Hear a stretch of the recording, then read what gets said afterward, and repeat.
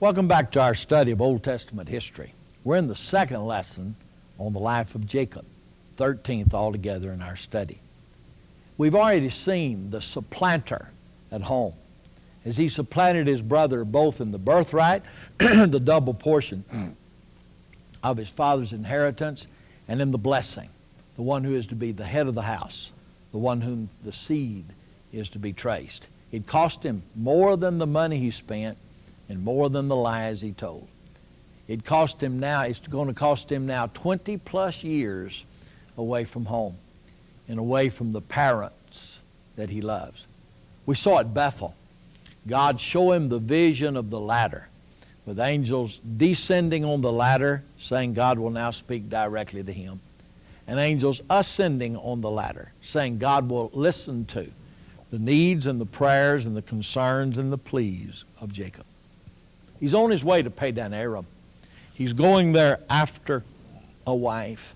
And so now, after studying the supplanter at home, let's study the servant in Padan Aram, because he will learn what it is to serve someone who has basically the same tricky, crooked character he has. In chapter 29 of Genesis, he arrives at Padan Aram. Notice the first few verses. Then Jacob continued on his journey and came to the land of the eastern peoples. There he saw a well in the field with 3 flocks of sheep lying near it, because the flocks were watered from that well. The stone over the mouth of the well was large.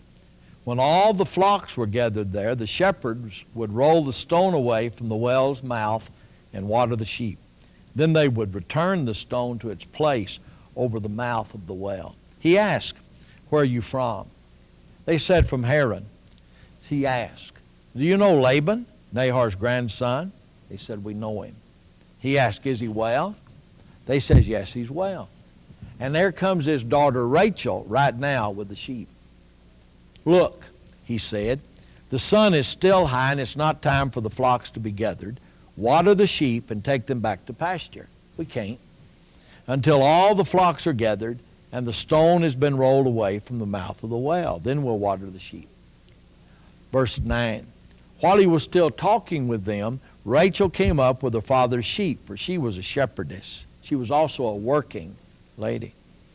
When Jacob saw Rachel, daughter of Laban, his mother's brother, and Laban's sheep, he went over and rolled the stone away from the mouth of the well and watered his uncle's sheep. Then Jacob kissed Rachel. That's not, first of all, a kiss of love, sexual love. That's just kinsman to kinsman. And he began to weep aloud. He had told Rachel that he was a relative of her father and a son of Rebekah. So she ran and told her father. As soon as Laban heard the news about Jacob, his sister's son, he hurried to meet him. He embraced him and kissed him and brought him to his home. And there Jacob told him all of these things. Then Jacob said, "You are my flesh and my blood." He's there for a whole month. And finally, after he's there for a month, he and Laban have a conversation. Laban says, "Just because you're a relative of mine, should you work for me for nothing? Tell me what your wages should be." He'd worked for a month, received no wages at all. Now Laban had 2 daughters. The name of the older was Leah. The name of the younger was Rachel. Leah had weak eyes, but Rachel was lovely in form and beautiful. That "but" would mean there was something about those weak eyes that made Leah not attractive. Leah was an unattractive person physically. Rachel was lovely in form and beautiful in face. Jacob was in love with Rachel. Yeah, he's a worldly guy. He doesn't see below the surface. He only sees the surface woman. And he said to Laban, "I'll work for you 7 years in return for your younger daughter Rachel." See, he didn't leave with his father Isaac's possessions. They're still in Isaac's control because Isaac is alive. He has no money. He has nothing to pay as a dowry for this girl. So he says, "I'll give you 7 years of my life as a dowry for that beautiful, beautiful woman." Laban says in verse 19, "It's better that I give her to you than some other man. Stay here with me." So Jacob served 7 years to get Rachel, but they seemed like only a few days to him because of his great love for her. The 7 years are over. He has rightfully earned her to be his wife. So Jacob says to Laban in verse 21, "Give me my wife. My time is completed, and I want to lie with her." So Laban brought together all the people of the place, and they gave a feast. Now, when they give feast, they do more than eat. They also drink, and the wine flows freely. At the end of the day, Jacob doesn't see much better than Isaac did, and Isaac was blind. But when evening came, he took his daughter Leah, the one that wasn't that attractive. He took his daughter Leah and gave her to Jacob, and Jacob lay with her. And Laban gave his servant girl Zilpah to his daughter as a maidservant. He has a wife, and she has a maidservant. When morning came, there was Leah. Notice that exclamation point? Leah. So Jacob said to Laban, "What is this you've done to me? I served you for Rachel, didn't I? Why have you deceived me?" If Esau had been there, he'd been laughing. I mean, the deceiver is now deceived. Jacob is meeting his match in his mother's brother, his uncle, Laban. Laban replied in verse 26, "It's not our custom here to give the younger daughter in marriage before the older one. Finish this daughter's bridal week. You make sure that you give Leah the bridal week she deserves. Then we will give you the younger one also in return for another 7 years of work." He's going to spend 14 years for 2 daughters, and Laban is rid of his ugly, or at least his less attractive daughter. And Jacob did so. He finished the week with Leah. Then Laban gave him his daughter Rachel to be his wife. He trusts Jacob to serve 7 years. Matter of fact, what's Jacob going to do otherwise? He served 7 and got Leah. He gets Rachel and will serve 7 for Rachel. Laban gave his servant girl Bilhah to his daughter Rachel as her maidservant. Jacob lay with Rachel also. And he loved Rachel more than Leah. And he worked for Laban another 7 years. 14 years for 2 wives. One he wanted, one he got. Now then, he loves Rachel more than he loves Leah, just as Rebekah had loved Jacob more than Esau. Jacob needs a lesson, doesn't he? Don't you believe that God is going to teach Jacob something about the fact who he needs to love, and he should be unprejudiced in his love? Let's see that that's true. Verse 31. Here you begin on your outline the statement, he had 12 sons. When the Lord saw that Leah was not loved, I don't think that's literally the way it was. The Bible uses this phrase over and over again to mean not loved as much. As a matter of fact, God says in the book of Malachi, "Jacob I loved, but Esau I hated." That just means he loved Jacob more. When the Lord saw that Leah was not loved, he opened her womb, but Rachel was barren. Leah became pregnant and gave birth to a son. Now, a father takes great pride in his sons. I know I've got 3 of them. He takes great pride in his sons. And God is trying to get Jacob to take pride in Leah, because Leah is going to bear half of Jacob's children, and Rachel only 2. Leah became pregnant and gave birth to a son, and she named him Reuben, which literally means the Lord has seen, or see a son, or see in my misery. The key thought is see. I think that Leah is saying to Jacob, see who's bearing you the son. You may love Rachel more than you love me, but who's bearing you a son? And I think she's talking to Rachel too. See, you may think that you have the love of my husband more than I have the love of my husband, but who's bearing the son? She conceived again and gave birth to a son. And she said, because the Lord heard that I am not loved, he gave me this son. So she named him Simeon, which literally means the Lord has heard. Again, a word to Jacob and a word to Rachel. Who is the Lord hearing? Who is the Lord blessing? Wake up, husband. I am the one that is blessed by God, not my younger sister. Again she conceived and gave birth to a son. She said, now at last will my husband become attached to me, because I born him 3 sons. So she named him Levi, which means joined. And the idea is joined unto me. There's a story being told in the name of these sons that are being born. Jehovah has heard or see a son. Jehovah has heard my prayer. My husband will be joined unto me. Is he joined? Well, let's find out. She conceived again and bare a son. She says, this time will I praise the Lord. So she named him Judah, which means praise the Lord. Jacob is in Leah's tent now, more than he's in Rachel's tent, because Leah has borne for him 4 sons, and she stopped having children. Chapter 30, verse 1. Rachel can't have any children. What's she going to do to get the love of her husband back again? When Rachel saw that she was not bearing Jacob any children, she became jealous of her sister.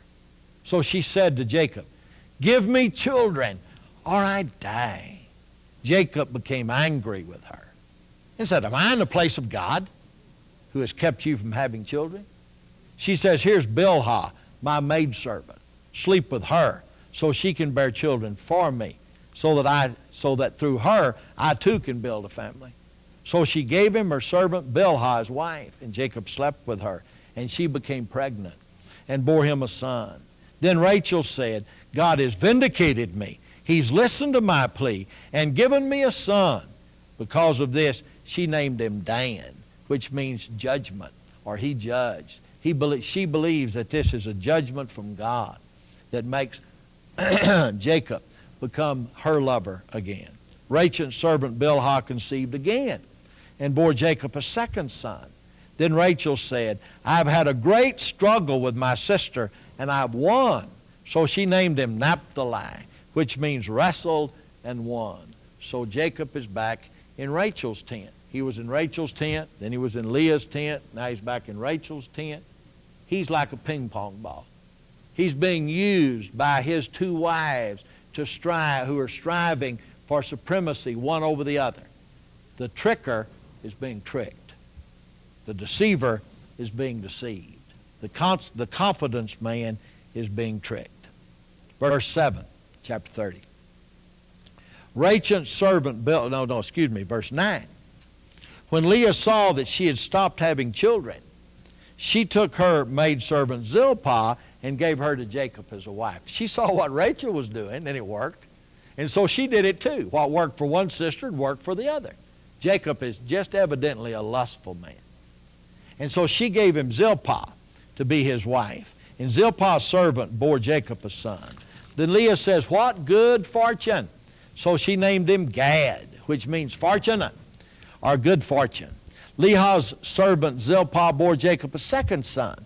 Then Leah said, how happy I am.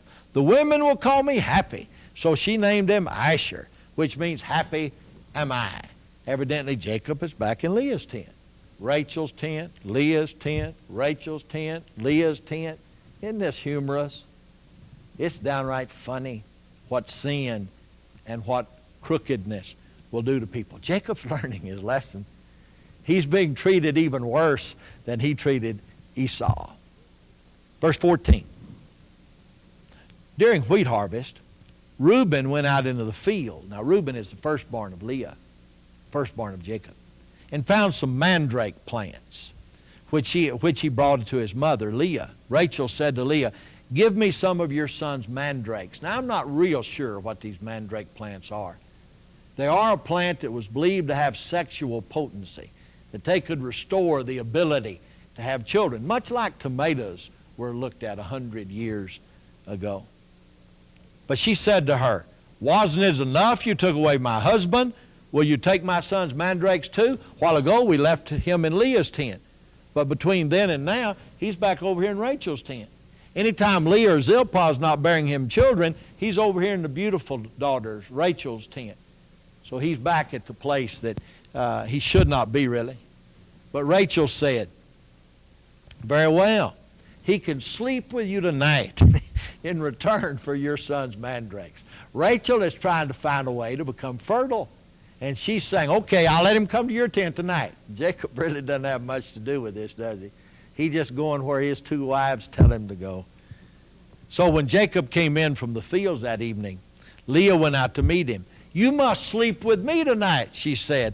I have hired you with my son's mandrakes. It was as if he'd become a male prostitute. He's been hired by these mandrakes to sleep in his wife's tent. So he slept with her that night. God listened to Leah. She'd been praying. She wanted other children. And she became pregnant and bore Jacob a fifth son. Now that's her fifth son. That's ninth altogether. But this is a fifth son that she has borne Jacob. Then Leah said, God has rewarded me for giving my maidservant to my husband. So she named him Issachar, which means my hire. I hired him to come to my tent with my son's mandrakes. And so I'll call this boy Issachar, which means my hire. Leah conceived and bore Jacob a sixth son. She bore half of the sons and the only daughter. She bore over half the children. Then Leah said, God has presented me with a precious gift this time. This time my husband will treat me with honor because I've borne him 6 sons. So she called his name Zebulun, which means he dwells. My husband will now dwell with me. And evidently he did for a good long while because he realized that she was truly the one that was blessed of God, blessed to bear the six children. It says in verse 21, sometime later she gave birth to a daughter and named her Dinah. Now Dinah is just the feminine for Dan, so it means judgment too. Dinah has no significance in the family as far as counting the family tree or the family wealth, but she is the only daughter, and she'll come back up for some discussion when they get back into the land.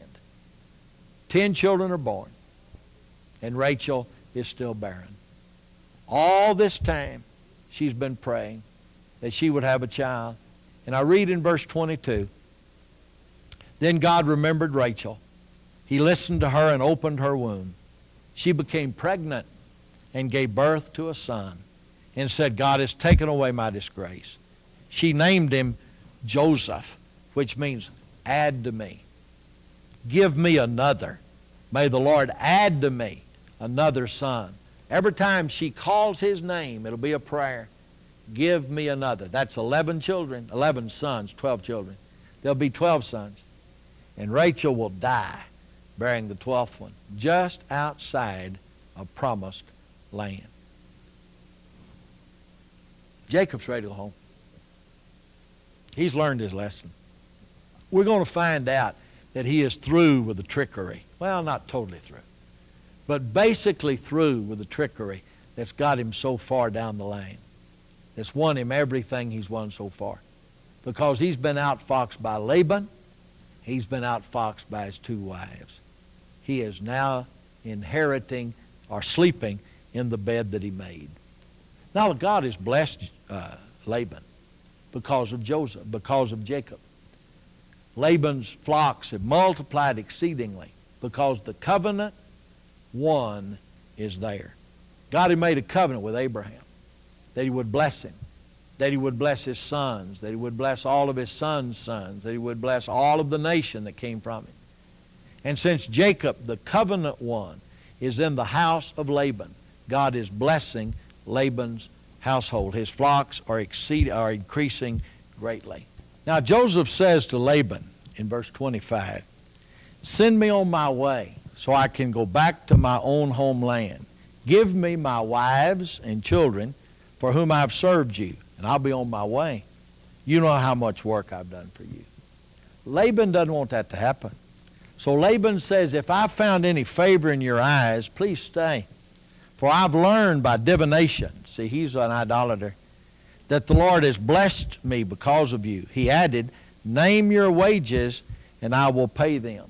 He said, you know how hard I've worked for you, what little you had before I came, and how much they've increased. Let me go.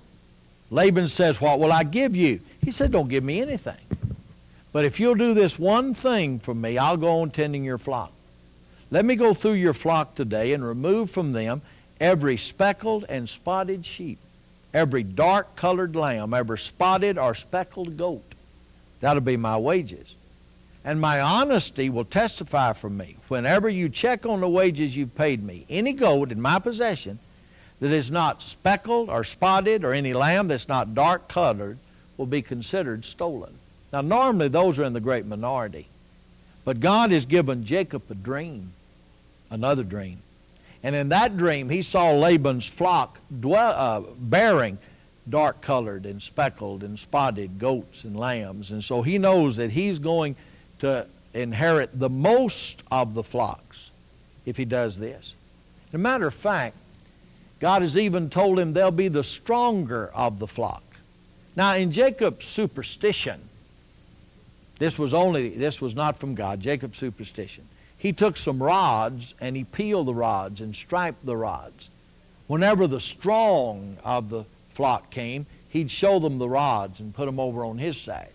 Whenever the weak came, he wouldn't show them the rods and he'd put them over there. And that way he got not only the majority. Now, the idea of putting the strong over is wise. The idea of the rod is just Jacob's superstition. God had already determined that most of the flock would bear the ring streak and the speckled and the spotted and the dark sheep and lambs. And this way Jacob got not only the majority of Laban's flock, but he got the strongest of Laban's flock. And in the last verse of chapter 30, verse 43, it says, in this way the man grew exceeding prosperous and came to own large flocks and manservants, maidservants, camels, and donkeys. So as Isaac had become rich in the land, now Jacob has become rich in the land. And he's bringing back, he will inherit 2/3 of all that Isaac has, but he's bringing back all that he's gotten in his 20 years of labor in Laban's household. Now he flees. In chapter 31, he must go home. He's bargained with Laban. He now must return home. If you read with me in chapter 31, in verse 3, the Lord said to Jacob, go back to the land of your fathers and to your relatives, and I'll be with you. So Jacob sent word to Rachel and to Leah to come out to the fields where his flocks were. He said to them, I see your father's attitude toward me. He's changed my wages 10 times and cheated me. I'm leaving. And when he got ready to leave, Rachel does an unusual thing, seemingly. In verse 19 of chapter 31. When Laban had gone out to shear his sheep, Rachel stole her father's household gods. Moreover, Jacob deceived Laban the Aramean by not telling him he was running away. So he fled with all he had, crossing the river, that's Euphrates. He headed for the hill country of Gilead. Why'd she steal the household gods? It wasn't only because she's probably an idolater, but the household gods were proof of the house being, or the person holding the gods being the head of the house. And she wants Jacob not only to be the head of Jacob's house, but also the head of Laban's house. Laban pursues Jacob. He's interested in kissing his daughters and in kissing his grandchildren, but he's more interested in getting those household gods back. He says, you've stolen my gods. Jacob said, I've not stolen your gods. Search my account. And anybody that has those gods will be killed. He doesn't know Rachel has stolen them. Laban searches all of the tents and finally comes to Rachel's tent. As he entered Rachel's tent, Rachel has put the idol underneath the camel saddle, and she's sitting on the saddle with her dress draped over it. And she said, excuse me, Father, for not getting up, but the manner of women is with me, and I cannot get up. He searches all the tent, but he doesn't look the only place the gods are. And Jacob chided him and said, you just came out here to spy upon me. I'm going back home, and I don't have your household gods. And so Laban goes home, and Jacob heads for home. He's bringing idolatry to Israel, to the promised land. That'll have to be taken care of, and it will be taken care of in future lessons. But the point is, he left this place, he left the promised land, a person that got what he got by thievery and lying. In his uncle's house, where he got 2 wives and 13 children, he learned what it was to be lied to and what it was to be cheated. He's ready now to be the man of God. He was a supplanter at home. He was the servant in Padan Aram. I'm anxious to see what he will become as he goes back to Promised Land. It's going to be the saint living in Hebron, from supplanter to servant to saint. That's Jacob's journey. We'll look at that next time. One last lesson from Jacob's experience in that land. And that is that God can be trusted. In all of the lying and all of the argument and all of the controversy and the contest between his wives and his children and his father-in-law and him, God's in control. He is preparing Jacob to become Israel, the Prince of God. Be with us next time, and we'll study that.